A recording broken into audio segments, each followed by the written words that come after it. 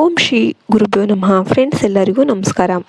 600 ವರ್ಷಗಳ ನಂತರ ಮತ್ತೆ ಕನ್ಯಾ ರಾಶಿಯವರಿಗೆ ಪಟ್ಟ ಆಗ್ತಿರುವ ರಾಜಯೋಗ.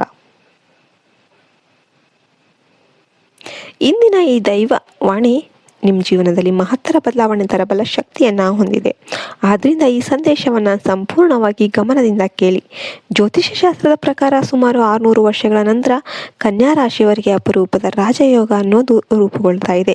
ಈ ರಾಜಯೋಗ ನಿಮ್ಮ ಜೀವನದಲ್ಲಿ ಅದೃಷ್ಟ, ಗೌರವ ಮತ್ತು ಯಶಸ್ಸಿನ ಹೊಸ ದಾರಿಯನ್ನು ತೆರೆದಿಡಲಿದೆ. ಕನ್ಯಾ ರಾಶಿಯವರೇ, ನೀವು ಸಹಜವಾಗಿಯೇ ಪರಿಶ್ರಮಿ, ಶಾಂತ ಸ್ವಭಾವದವರು. ನಿಮ್ಮ ಕೆಲಸದ ಮೇಲೆ ತುಂಬ ನಿಷ್ಠೆಯನ್ನು ಇಟ್ಟಿರ್ತೀರ. ಆದರೆ ಕಳೆದ ಕೆಲವು ವರ್ಷಗಳಲ್ಲಿ ನೀವು ಎದುರಿಸಿದ ಸಮಸ್ಯೆಗಳು ನಿಮ್ಮ ಮನಸ್ಸಿಗೆ ನೋವನ್ನು ತಂದುಕೊಡುತ್ತೆ. ನೀವು ಮಾಡಿದ ಪರಿಶ್ರಮಕ್ಕೆ ಸರಿಯಾದ ಫಲ ಸಿಗದೆ ಬೇಸರಗೊಂಡ ಸಂದರ್ಭಗಳು ಇದ್ದಿರಬಹುದು.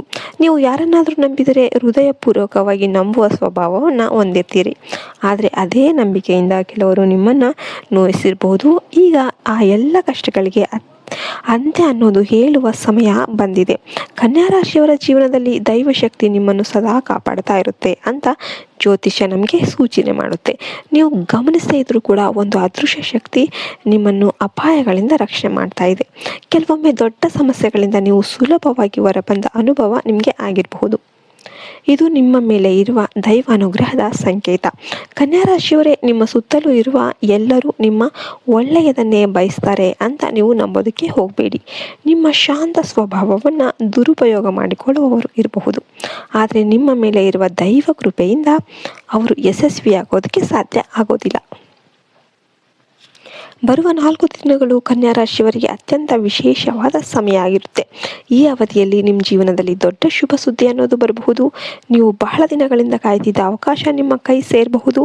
ಉದ್ಯೋಗದಲ್ಲಿ ಹೊಸ ಅವಕಾಶ, ವ್ಯವಹಾರದಲ್ಲಿ ಲಾಭ ಅಥವಾ ಕುಟುಂಬದಲ್ಲಿ ಸಂತೋಷದ ಘಟನೆ ಸಂಭವಿಸಬಹುದು.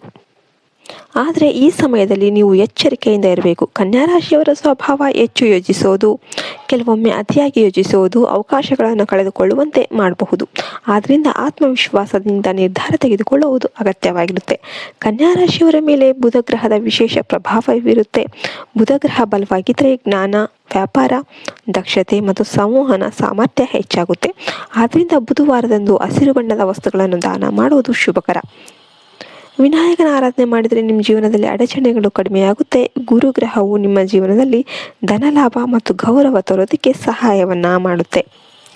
ಗುರುವಾರದಂದು ಬಡವರಿಗೆ ಅನ್ನದಾನ ಮಾಡುವುದು ನಿಮ್ಮ ಭಾಗ್ಯವನ್ನು ಹೆಚ್ಚಿಸುತ್ತೆ. ಈ ದಾನದಿಂದ ನಿಮ್ಮ ಮನಸ್ಸಿಗೂ ಶಾಂತಿ ದೊರೆಯುತ್ತೆ. ಕನ್ಯಾ ರಾಶಿಯವರೇ, ಈ ರಾಜಯೋಗ ನಿಮ್ಮ ಜೀವನದಲ್ಲಿ ಕೇವಲ ಹಣ ಮತ್ತು ಸ್ಥಾನಮಾನ ಮಾತ್ರ ತರಲ್ಲ. ಇದು ನಿಮ್ಮ ವ್ಯಕ್ತಿತ್ವಕ್ಕೂ ಗೌರವವನ್ನು ತಂದುಕೊಡುತ್ತೆ. ನೀವು ಮಾಡಿದ ಪರಿಶ್ರಮಕ್ಕೆ ಈಗ ದೇವರು ಫಲವನ್ನು ನೀಡೋದಕ್ಕೆ ಸಿದ್ಧ ಆಗ್ತಾ ಇದ್ದಾನೆ. ಒಂದು ಮುಖ್ಯ ವಿಷಯವನ್ನು ನೆನಪಿಟ್ಕೊಳ್ಳಿ. ಒಳ್ಳೆಯ ಸಮಯ ಬಂದಾಗ ನಿಮ್ಮನ್ನು ಬೆಂಬಲಿಸಿದವರನ್ನು ಮರೆಯಬೇಡಿ. ಕಷ್ಟದ ಸಮಯದಲ್ಲಿ ಜೊತೆ ನಿಂತವರೇ ನಿಮ್ಮ ನಿಜವಾದ ಬಂಧುಗಳು ಆಗಿರಬಹುದು. ನಿಮ್ಮ ಯಶಸ್ಸಿನಲ್ಲಿ ಅವರ ಪಾತ್ರವನ್ನು ಗೌರವಿಸಿ. ಬರುವ ದಿನಗಳಲ್ಲಿ ಕನ್ಯಾ ರಾಶಿಯವರಿಗೆ ಹೊಸ ಅವಕಾಶಗಳು ಎದುರಾಗುತ್ತೆ. ಶಿಕ್ಷಣ, ಉದ್ಯೋಗ ಅಥವಾ ವ್ಯವಹಾರದಲ್ಲಿ ನೀವು ದೊಡ್ಡ ಮಟ್ಟದ ಯಶಸ್ಸನ್ನು ಸಾಧಿಸುವ ಸಾಧ್ಯತೆ ಇದೆ.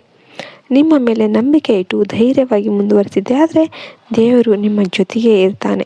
ಕೊನೆಯ ಸಂದೇಶ ಹೇಳೋದಾದರೆ, ಈ ಜೀವನದಲ್ಲಿ ಯಶಸ್ಸು ಪಡೆಯಲು ಪರಿಶ್ರಮ ಮತ್ತು ಸಹನೆ ಎರಡೂ ಅಗತ್ಯ. ನೀವು ಮಾಡಿದ ಒಳ್ಳೆಯ ಕೆಲಸಗಳು ನಿಮ್ಮ ಭವಿಷ್ಯವನ್ನು ಬೆಳಗುತ್ತೆ.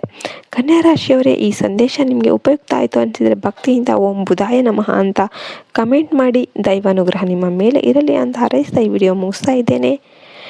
ಎಲ್ಲರೂ ವಿಡಿಯೋಗೆ ಒಂದು ಲೈಕ್ ಕೊಡೋದನ್ನು ಮರಿಬೇಡಿ. ಜೈ ಹಿಂದ್, ಜೈ ಭಾರತ್ ಮಾತೆ. ಹರಿ ಓಂ ತತ್ಸತ್. ಸರ್ವೇ ಜನೋ ಸುಖಿನೋ ಭವಂತು.